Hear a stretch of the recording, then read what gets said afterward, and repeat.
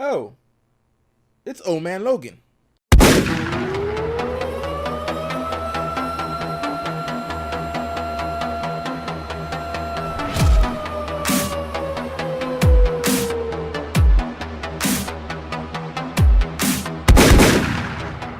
Alright, so today we're going to talk about Wolverine, Old Man Logan from Mark Millar and Steve McNiven.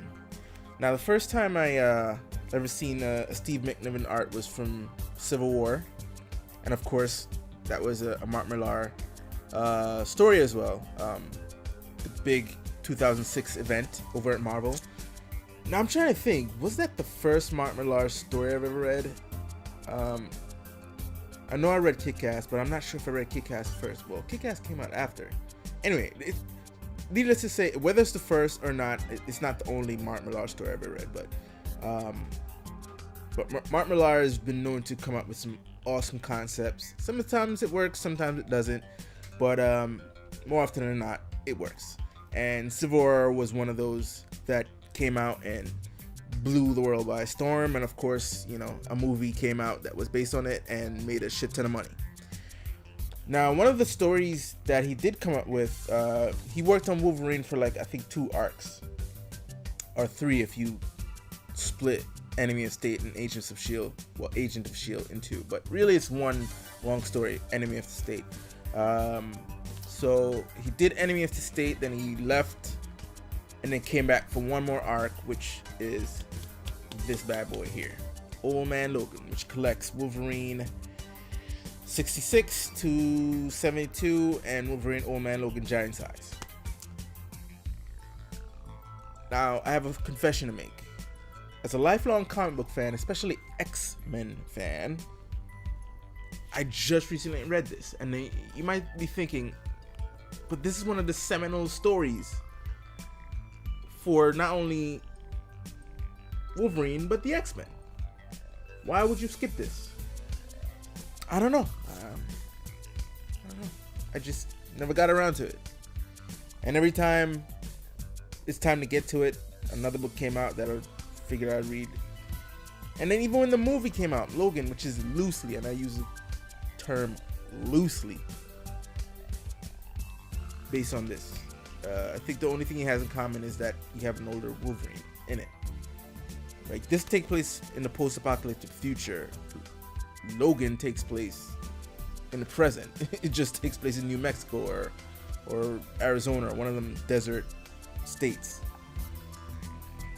But this is like, I kind of wish, even though I loved Logan movie, I kind of wish that they didn't do it so that Marvel could do it again.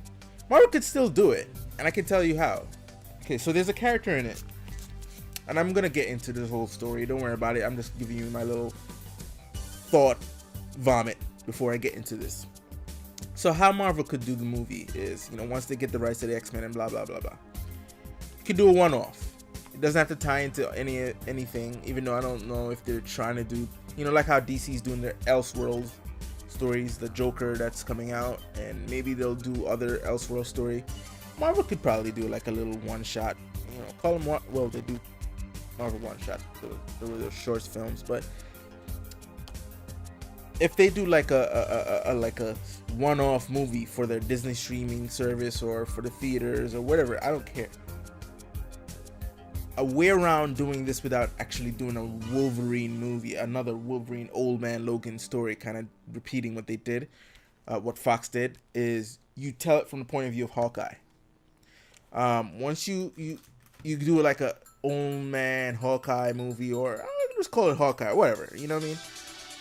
And basically you could tell the story from the point of view of Hawkeye. I mean, you're gonna change it up, because something happens in this book that would not serve Hawkeye, so to speak. But if you change it up, make it a Hawkeye story, but still kind of keep the elements of what the story is, because it's a road trip movie between Logan and Clint. You know, they go out and they go on this adventure or whatever, you know. So that's how you could do it. Just do an old man Hawkeye movie and then put Wolverine in it.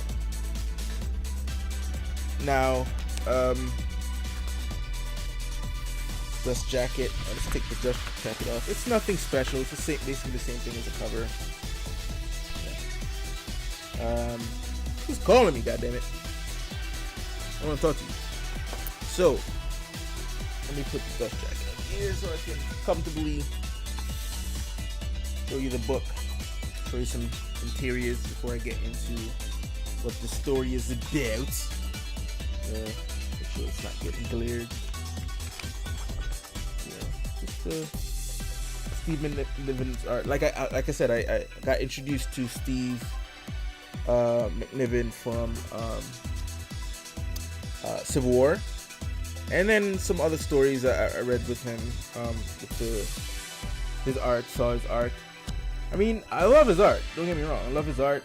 I think I fell more in love with his art in Civil War, and then when I saw his art in other mediums, I wasn't quite as impressed, but he's still impressive. Don't get me wrong. It's just more like, I remember your art being way better than this. But like I said, he does good art.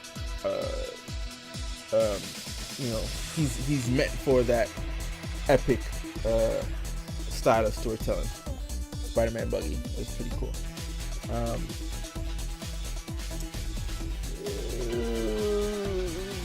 Pretty cool. All right, so let me get into details of what the story is about.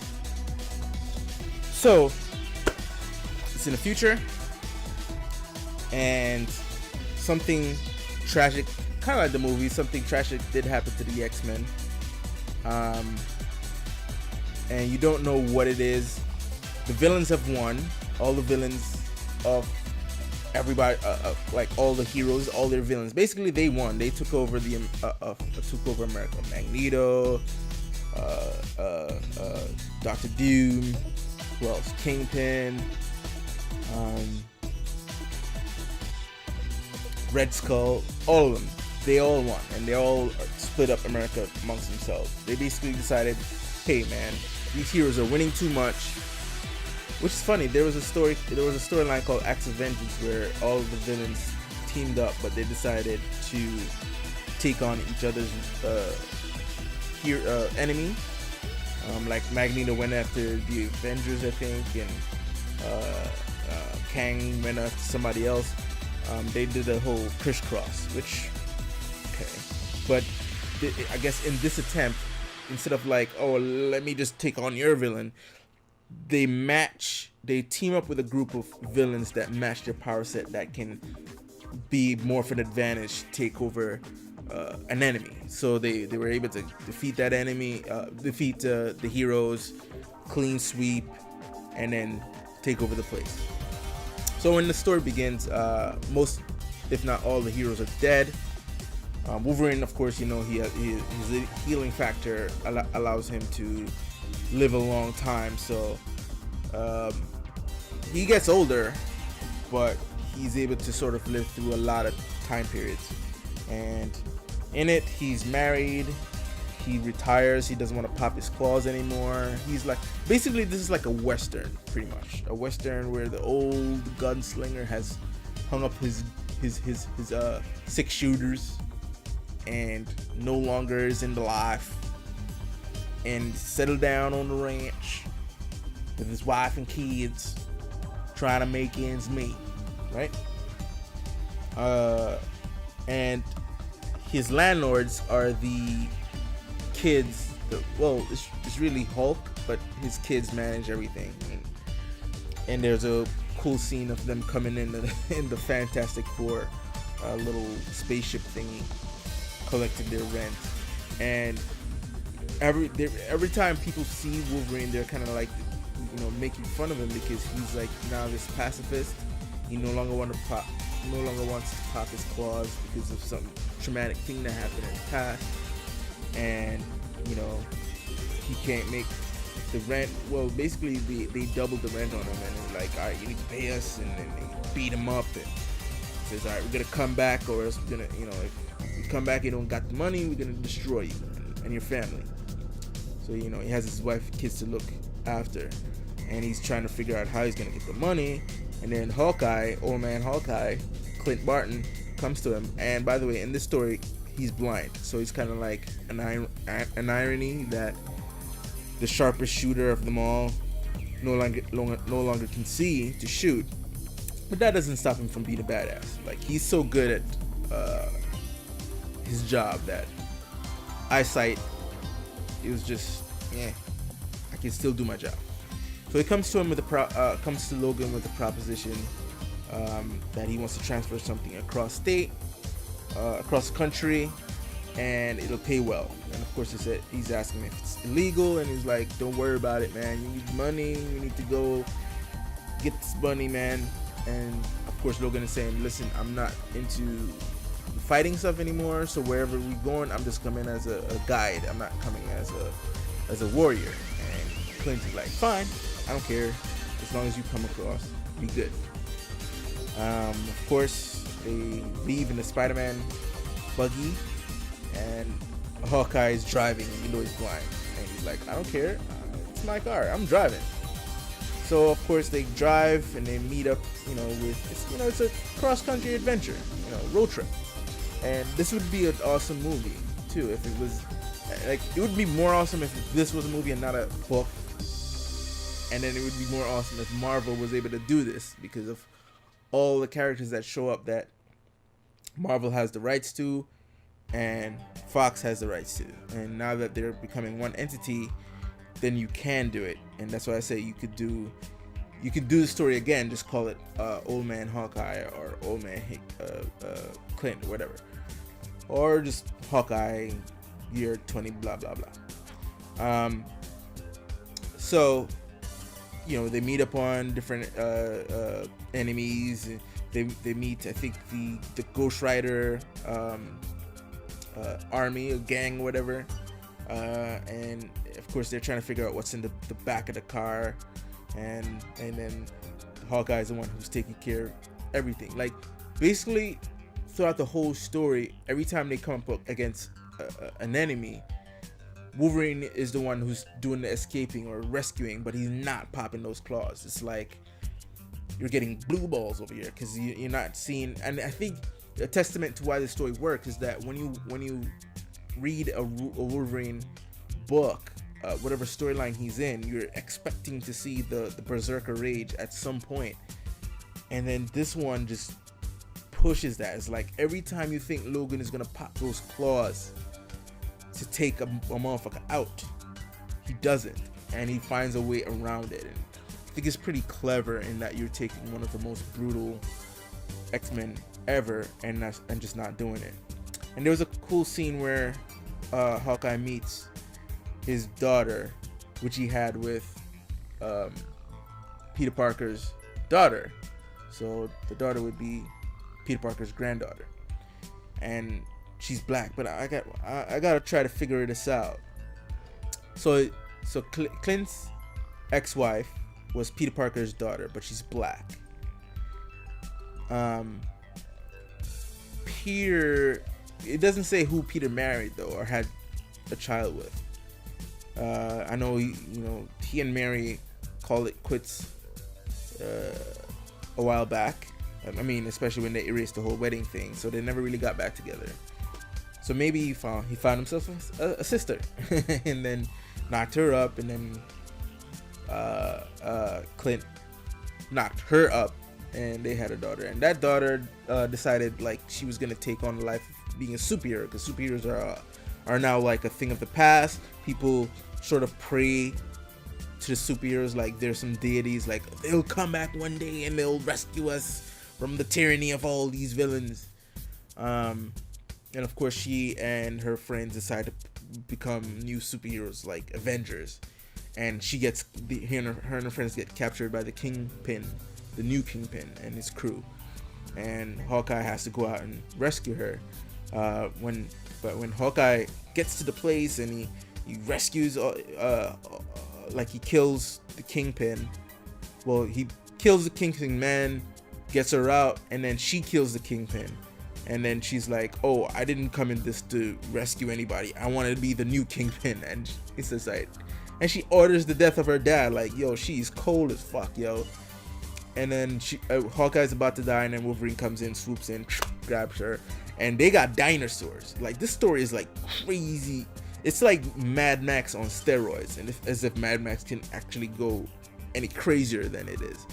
And you know, they're on their little their buggies and shit, chasing Hawkeye and Wolverine, and there's freaking dinosaurs after them. And then there's even symbiotes in this motherfucking story. You know, they escape, but then the symbiote goes on a dinosaur, and the dinosaur has a symbiote on it. And then they get saved by Emma Frost and Black Bolt. Everybody's in the story at some point. They show up. So Emma Frost saves them, and Black Bolt is in the story, and just for a little bit, and then the mystery of what's in the trunk of the car comes into play, because she says, I know what you have in your trunk, you know, are you sure about this, blah blah blah. And he's like, I need to get this to the destination, whatever. And then he and Wolverine continue their journey until they get to New York, and then they get to the meet, and it turns out what's in the truck is super soldier serum, and they want to create the Avengers again to fight off all the enemies. And Clint is like, oh, I want the deal is, yes, I'm gonna sell it to you, but I come with the deal. I want to be a superhero as well. I want to inject myself with some super soldier serum. And they're like, all right. And then it was a sting operation by Red Skull's Secret Service. Like, they tricked Clint to getting the super soldier serum so that they could take it away and then kill him. Like, he dies in it. And that's the thing, what I was saying, that would have to change if they do like an old man Hawkeye story. I mean, you could keep it where and subvert expectation and have Wolverine be the one to avenge him or whatever. But anyway, Hawkeye dies. They kill Wolverine, but they bring his body to Red Skull, bring both bodies to Red Skull, not knowing that Wolverine has healing factor. And Red Skull has a collection of all the superheroes he's destroyed, including Captain America. He has a Captain America helmet on. He's like, you know, he's fanboying out a little bit, but he's like, yes, my trophy, I destroyed all of you. And then Wolverine comes to and is like, what? And then he just destroys Red Skull and takes the Iron Man suit, busts his way out and flies. And he has to get the money. He has the money now, and he has to get back to I think California or wherever they lived before the deadline, so that he could pay the Hulks, so he can spare him and his family. But when he gets there, it was too late. The Hulks got bored, and they came before the deadline, and they killed his family. And holy shit, the whole time you were waiting for Mr. Logan here to pop his claws and get some berserker rage on, pays off, man, my friend. It pays off, because now he's pissed.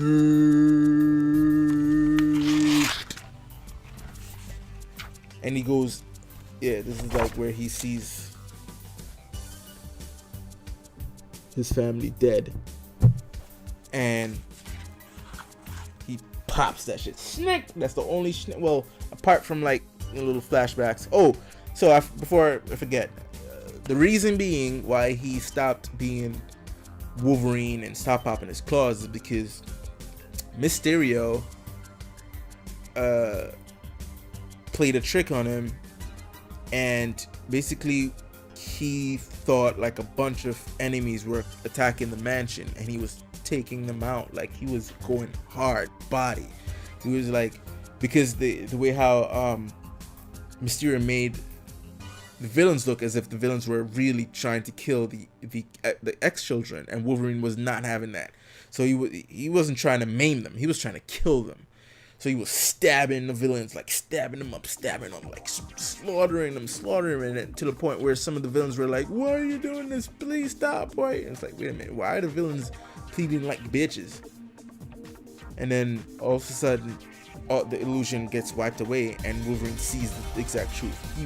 He thought the X-Men were the villains, and he killed all of them. He murdered the X-Men, and then from there he was like, nah, I can't do this anymore, and he retired.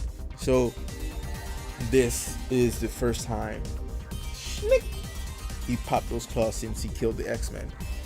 So it's kind of like how in Logan movie it was Professor X who killed the X-Men. The X-Men died by one of their own. So this is just, this version of that. It was actually Wolverine who killed the X-Men and not Professor X. Professor X is not even in the story actually. And he goes after all the Hulks. Like, he takes them out on some brutal shit, man. Like, he don't care, bro. He just like murders all of them. And then the last person he fights, he actually meets up with Bruce Banner himself. And he fights, the cool thing about it, he fights Bruce as Bruce. He didn't fight him as Hulk until he hulks out and Hulk actually eats him.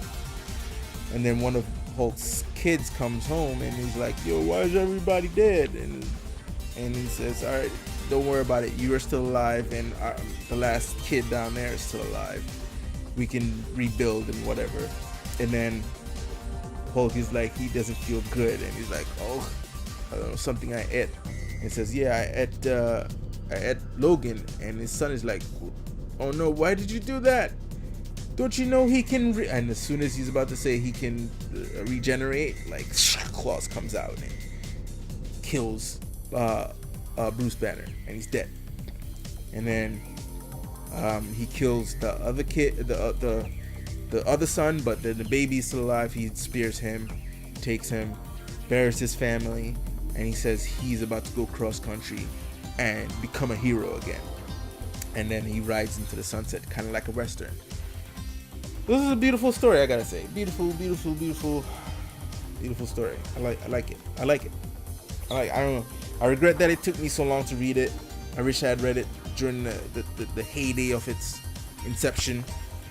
I mean, I've always heard great things about it. I just never, it's kind of like, it's one of those things where everybody tells you about something. It's like, oh, you should watch this, you should do this, you should do that. And then you're like, yeah, I'll get around to it. It's not going anywhere. And this is one of them. Like, I was like, I got time. And it was time.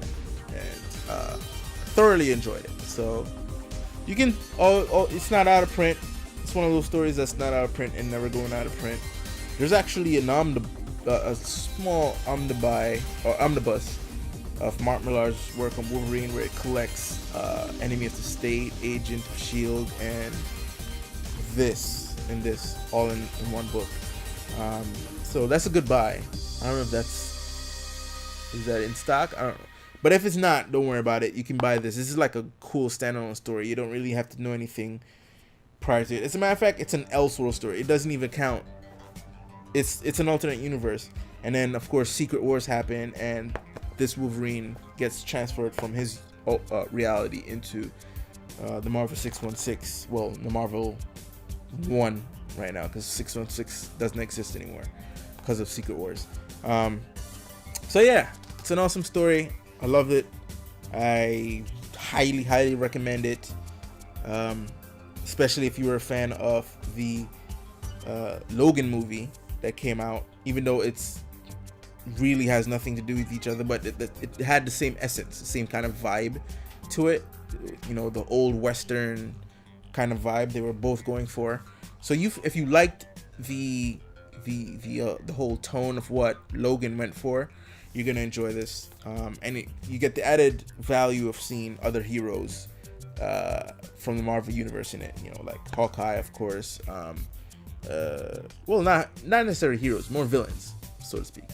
You get history on other characters as well. Like, for instance, there's a scene where they're traveling and they go to a place called Pym Peak or something like that, and they're like, why is it called Pym Peak? And then when they get to it, it turns out that when Hank Pym was killed, his body was still huge, so he it basically rotten out, it decayed, and his skeleton is still there, and it's still a big giant man. So they just build things around him and stuff like that, and call it Pym Peak or something like that. So it's cool, it's inventive. Mark Millar has always been that inventive dude. So it's an awesome story.